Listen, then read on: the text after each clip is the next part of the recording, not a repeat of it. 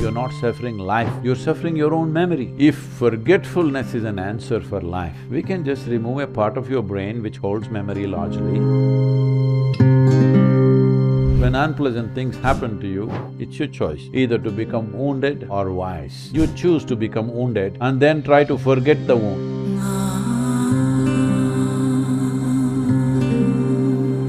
How can I forget someone who hurt and betrayed me and move on with my life?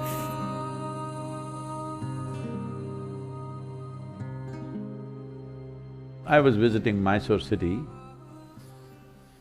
and I was going into an apartment building to meet someone.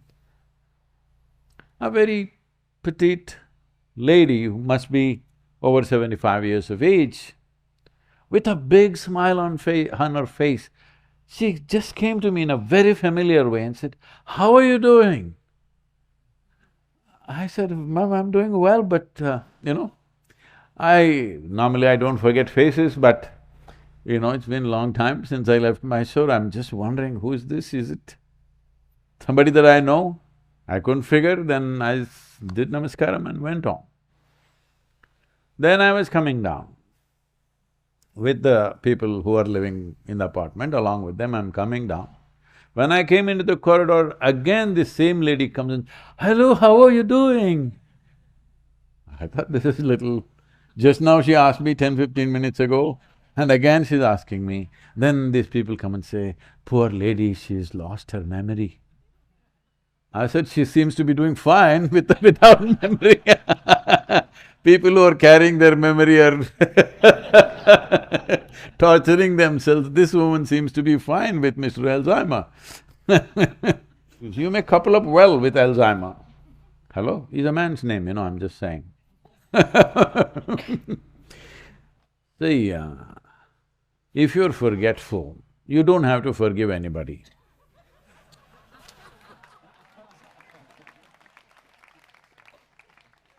So when you say forget, essentially you're wishing Mr. Alzheimer's to visit you, and he may. Don't wish for such things. Hello? You say, "I want to forget this, I want to forget that." You may be granted, your wish may be fulfilled. Why should you forget anything? You're trying to forget because you don't know the simple sense that you are suffering your memory, you're not suffering life. You're suffering your own memory. If you lose this memory, what will happen? Let's say, yesterday we had somebody running into a stone column in the ashram. Okay, running full speed and boom. So suppose you forget it. Maybe every day you will run into it. Once you get hit by a stone column, which is not coming after you, it's just standing there.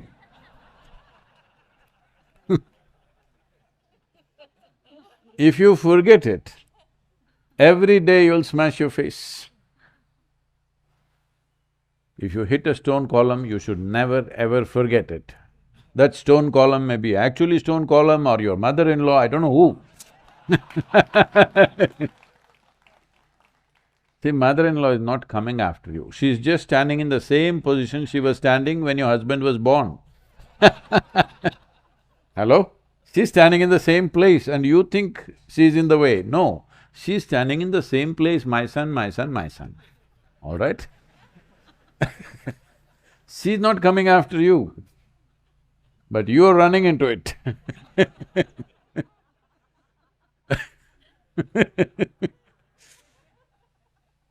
So, whatever you're running into in your life, if you forget, you will keep running into it. So don't forget one damn thing in your life, especially if there are unpleasant things you should never forget. But now you ferment. Memory is there for your use, but you ferment the memory, and now the brewing happens and it boils up within you and creates bitterness. No, memory is supposed to be stored in a chip, not even a stick anymore, it's a chip. But here the mechanism is so sophisticated, the technology, it is not even a chip, it is simply somewhere a little bit of chemistry holding it. So let it be there. If you allow it to ferment, of course, it will intoxicate you, it will poison you in different ways. You don't know how to keep your memory, so you're thinking, let me forget. What if they grant you a visit from Mr. Alzheimer's? Will you be happy that you forgot all your bitterness? If forgetfulness is an answer for life, we can just remove a part of your brain which holds memory largely. You don't remember a damn thing.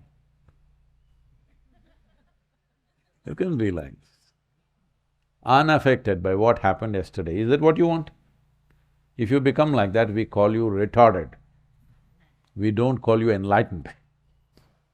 All the memory of lifetimes are there with you, not just one life, of many lifetimes. In this, there are many unpleasant things, many. But when unpleasant things happen to you, it's your choice, either to become wounded or wise. You choose to become wounded and then try to forget the wound. Do one thing. See, something that you want to remember, you cannot remember.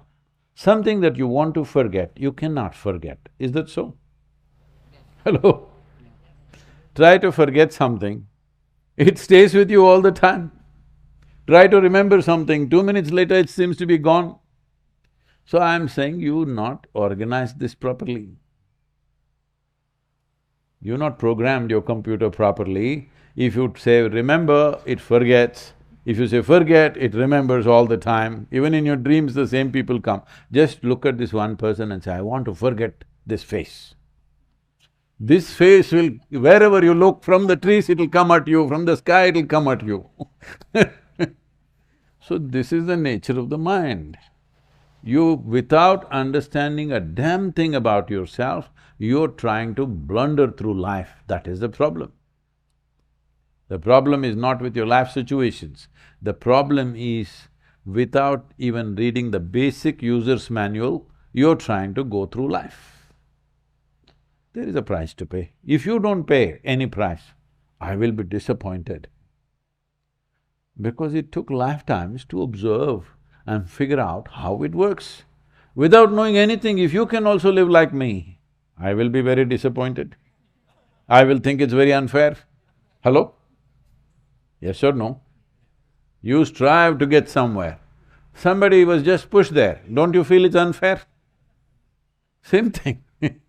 So one thing is, there is no need to forget, you must remember everything. Another thing is forgive. If you first of all think that this person has done something horrible, then you try to forgive. If you don't label them like that, where is the need to forgive? Hello? If you accept people for what they are, different people are made differently. If you accept them the way they are right now, you will learn to operate to what extent. If you think you should work and live only with very good people, I'll tell you, even here in the yoga center it happens, many of the volunteers, every other day somebody is coming to me and say, he's so horrible, I can't work with him, she's like this, he's like that, I can't work with these people. I say, see, in this world, there are only horrible people like this. This one, this one, this one, this one, only this kind of horrible people. If you think what you're doing is significant, you have to work with all these horrible people. If you want to work with ideal people, you must go to heaven and today.